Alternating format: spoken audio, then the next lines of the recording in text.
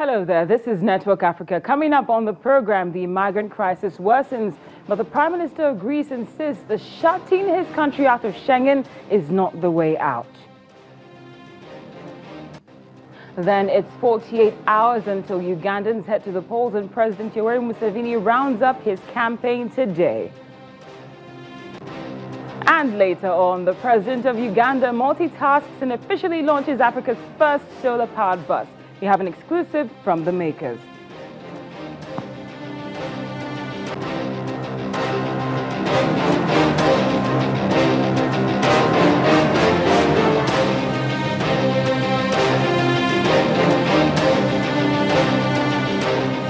Hello again, we're thrilled to have you join us on Network Africa on Channels Television with me, Cynthia Are. As the European Union inches closer to its 2-month deadline, it is giving Greece a very hard time, threatening to exclude the country from Schengen if Greece does not fix what it calls serious deficiencies immediately. We understand that Greece has resolved to open 4 hotspot migrant registration centers in time for an EU summit this week despite local protests. However, here's an excerpt of what the Greek Prime Minister Alexis Tsipras had to say about the pressure from the EU.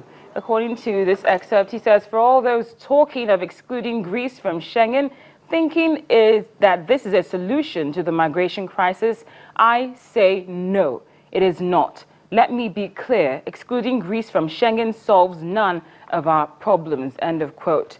The European Council President Donald Tusk also supports Mr. Tsipras, insisting that Greece is not the cause of the crisis and should therefore not be bullied by the EU. Thank you. Greece did not cause this crisis, nor did Europe. To all those talking of excluding Greece from Schengen, thinking this is a solution to the migration crisis, I say, no, it is not. Let me be clear. Excluding Greece from Schengen solves none of our problems. What we must do is to improve the protection of our external borders, not least here in Greece. This requires more Greek effort, but it also requires more support from EU partners. Alexis. The European Council President, Mr. Donald Tusk. For more on what's going on, we go live to Washington, D.C., where the president of the Migration Policy Institute, Dr. Papadimitriou, is standing by. Dr. Papadimitriou, thank you very much for joining us on Network Africa. Good afternoon, Cynthia. It's my pleasure. Good afternoon. Thank you. Now, what are your thoughts about the bullying of Greece by the EU? Well, I think that this is exactly the right word. It is bullying, and it actually shows the desperation on the part of the Commission, but also several of the countries that have truly been absorbing most of the refugees that have been coming in, because the places where you hear most of the anti-Greek rhetoric is places such as Austria and Germany and the Netherlands. So I think President Tusk is exactly right. Greece has to do better. There is no doubt about it. Greece has been given 30 days to develop an action plan of how they're going to do better, and then another 60 days to actually implement it. But however well they implement it, it will make only a small difference in terms of the consequences for the Central and Central Eastern European countries to which most migrants want to go. Papadimitriou, based on what you said, it's actually the premise for my next question. Greece has actually opted to open 4 hotspots for migrant registration centers based on the pressure. I was going to ask how significant that move was in improving the crisis. And from what you said, it's really just a drop in the ocean. It is a drop in the ocean. You know, the efforts that Europe must really focus on is in doing things in Syria. I know this is very difficult, but we need to get to a point where we have so few good choices left that we have to now begin to choose the most difficult and the least bad options.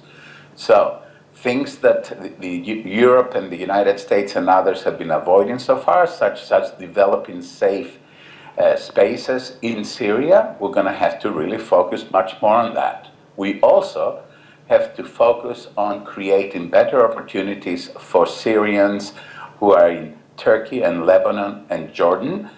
People need to be able to resume their lives there. A lot more money will have to be put into that effort. In other words, the solution to this is not somehow stopping everyone and putting everyone in Greece. If that is what the objective of all of these threats is, then we're going to have a social revolution in Greece, and Europe's problem is not going to be affected to a significant degree. So you're going to have to really do hard things in Syria, in Turkey, and the most promising thing, Cynthia, is the agreement that the Germans, in a sense, gained from last week's NATO meeting, whereby NATO is going to be patrolling the waters of Turkey and returning people to Turkey from Turkish territorial waters. No.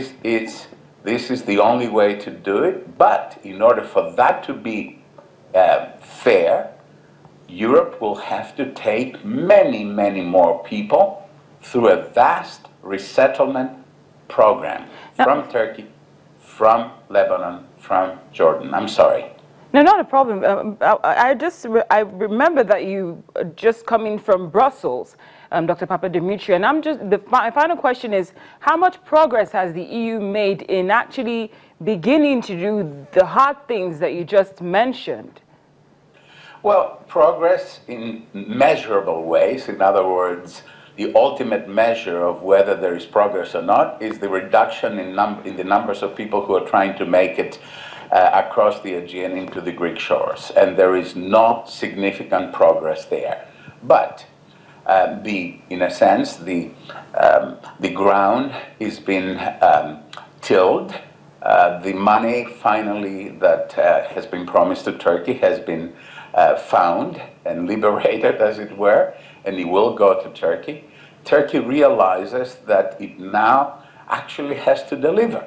And it's not going to deliver either instantly or in a very significant way. So everything will be testing the patience of Europe, and at the same time, we're going to actually insist that Turkey does some of the more difficult things that it knows that it has to do. Well, Dr. Papadimitriou, President of the Migration Policy Institute, thank you so much for joining us on Network Africa. We appreciate your time, as always. Thank you very much. My pleasure, Cynthia. Now, we've just received word that 7 United Nations peacekeepers were killed and 30 more were wounded in an attack on a UN compound in Kidal over the weekend. The Secretary General's Special Representative for Mali, Mohamed Saleh Anadif, and the MINUMSA Force Commander, that's General Michael Lolesgard, have been to the base in Kidal to verify the situation, and reports suggest that it's the handwork of Ansar Dine. We understand that the militants might have used a vehicle packed with explosives to attack the base and then proceeded to do even more harm with mortars and machine guns. It's 48 hours until decision day comes for Uganda as the electorate heads to the polls to either retain their president of about 30 years or elect a new one. Campaigns for the elections round up today, and just as the case was yesterday, the Ugandan opposition candidate Kizza Besigye was detained and released again today. Mr. Besigye is back out campaigning in the capital, Kampala, after police agreed that he could hold rallies after coming to an agreement on a route. What is more disturbing are the reports we got after the program yesterday about police clashing with opposition supporters who were holding rallies, and that might have actually caused the death of one person. For more on that, we go live to Kampala, Uganda, where journalist Oriang Nelson is standing by. Oriang, thank you very much for joining us again on Network Africa. It's the last day of the campaign. Thank you very much. It's the last day of campaign. What's going on in Uganda? On the last day, like for any other competition, the last day is always the day you get to do your final touches.